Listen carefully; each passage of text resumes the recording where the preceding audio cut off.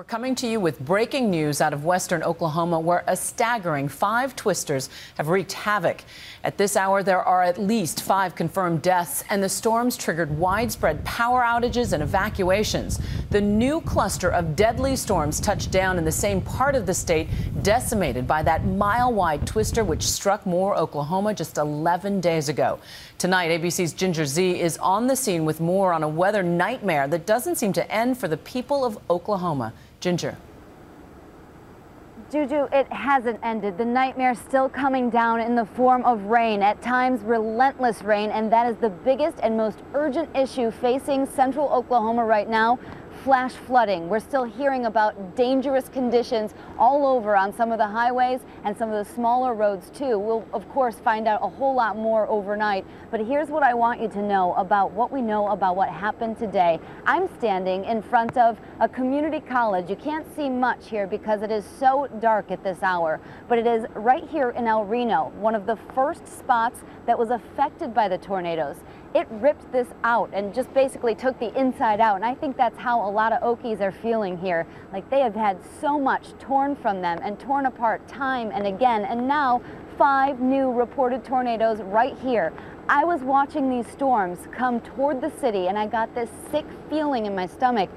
I thought, how could it be happening again, really, to track in that same way, but really this time going straight to the city. And then as we were getting out, we got stuck in gridlock like so many others. I-44, I-35, and I-40, huge highways here, and they were almost shut down. Now, one storm chaser, and I know this guy, Brandon Sullivan, he was trying to get away from the tornado because it was wobbling. I was watching the radar, very odd the way that it moved, north, then south, southeast, then northeast.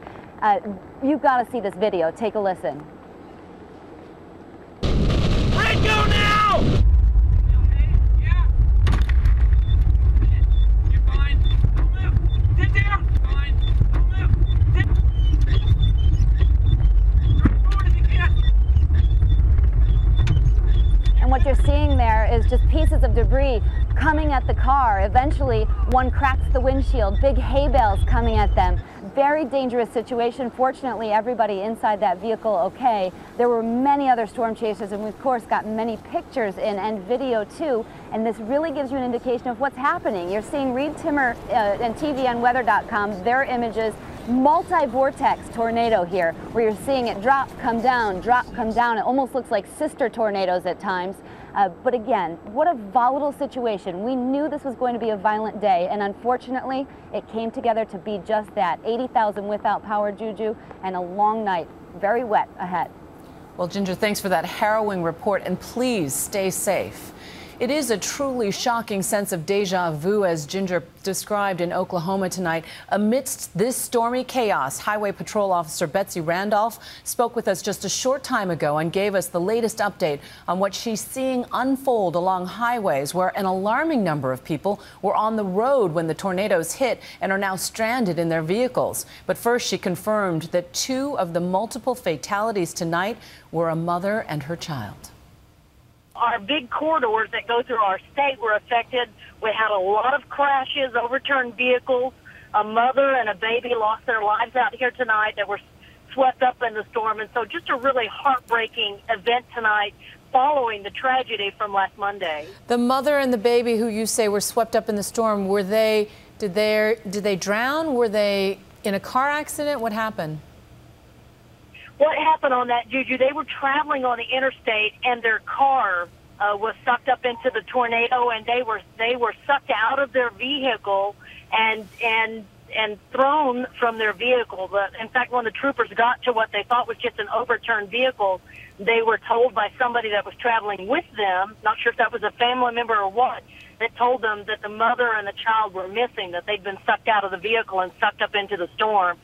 And so a search then ensued, and the troopers found the mother and the baby a short distance and short time later, and both of them were deceased. Oh, that's tragic. And other than those 2 fatalities, which are tragic enough, have you heard accounts of other casualties? I have heard of some others. I don't know how many others. I can't confirm any of the numbers right now. The 2 that we worked, the mother and the baby, are the only that the Highway Patrol worked, to the best of my knowledge. but we've had multiple crashes, multiple overturned vehicles. What advice do you give to someone who's driving down that highway? Maybe they have kids in the car and suddenly a storm like that approaches. Do you stay in the car? Do you try to get off the highway? Well, a couple of things we tell people. Number one, do never to drive into an area that immediately turns black. If the clouds turn black or the inside of your vehicle immediately fogs up, that's an indication that there is a really rapid change in the temperature. And when that happens, we know that there could be a tornado present. We ask you to immediately move to the shoulder of the roadway, and then, believe it or not, abandon your vehicle. Because especially tonight, the mother and the child that were swept from their vehicle or sucked out of their vehicle, your seatbelt is no match for a tornado in those high winds. We know that the lower that you are to the ground, the safer that you're going to be.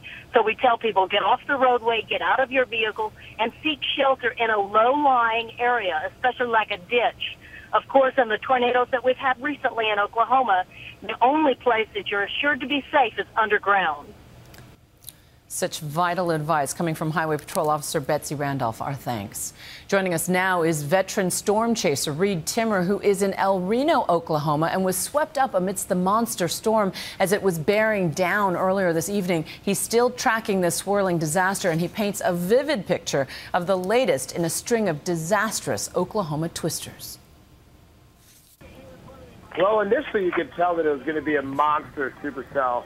It looks like a pancake stack structure, basically, and all the ingredients were in place today for strong tornadoes. So when that happens, the storms are very efficient at producing tornadoes, and so it developed a wall cloud, which is that lowering that hangs down below the base of the storm, and started wrapping very rapidly. And then these suction vortices, or miniature tornadoes that are spinning around like a carousel, and a multiple vortex tornado started developing very close to the vehicle with violent motion.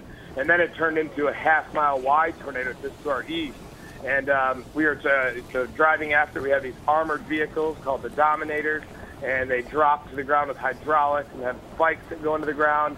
And we deployed and actually had our hood ripped off the vehicle. But Reed, you're an experienced storm chaser, and yet you sustained pretty severe damage to your truck. Yes, but our truck's pretty beat up over the last 3 or 4 days. So we're going to have to go back tomorrow and just grab our hood and put it back on, and we'll be ready to go. But we know the ones that you can get really close to, and in this case, we stayed a little bit further back. Reed, I know that a lot of the concern in this cluster of storms centered around I-40, which is a main corridor, or a highway. A lot of people were trapped as the storms were barreling down. Yeah, and then we continued to follow the storm, and we saw a house that was sustained pretty significant damage, and there are emergency vehicles there, and our thoughts and prayers go out to those people. And our thanks to Reed Timmer, who's an extreme meteorologist. And our coverage of the second major storm to batter the Oklahoma area in as many weeks continues now with Philip Vargas, who suffered unfathomable loss just 11 days ago. 2 of his young daughters were killed in the twister that hit his home in Oklahoma. And now, just 2 days before his children's memorial service, he and his wife and their 2 other children found themselves face to face with another deadly storm. We took a look out the window and seen, what was coming our way. So given what we experienced last Monday, we decided to load up in the car and do what a lot of people say and head south. So you didn't even wait for an evacuation order. You headed out. Correct. Yeah, we loaded up, and me and other family members convoyed 2 cars deep as far south as we could. And when traffic got bad, we started heading east. Can you describe for me, at the worst, what did the storms look like? Well, I know that whenever I was headed south, you could see the swirling winds in the treetops and the grass, and it kind of made me nervous. So we started working our way east. It was blinding rain and extreme winds. Where are you now? How safe are you in relation to the storms that are around you? We're actually at a Oklahoma City firehouse. We have some of this weather still blowing through. That's why we're remaining here. So we're going to hold tight till this is gone, and then we'll go back to see if what damage has been done where we were temporarily housed. I know that you suffered a devastating loss last week with your daughters, Corinna and Sydney, lost in the storm. My condolences for that. What was going through your mind as you saw this new twister approaching your family? I think what would go through most fathers' minds is not this again, and you're not taking what I got left. So we loaded up, and there was no hesitation whatsoever. Given the circumstances, my wife remained calm, and my kids remained calm, and we loaded up in the vehicles and got as far south as traffic would let us. How were they doing? Your wife, Lorinda, I know, was in the house when your two daughters were killed in the last storm. How is she doing? How is she holding on during this storm?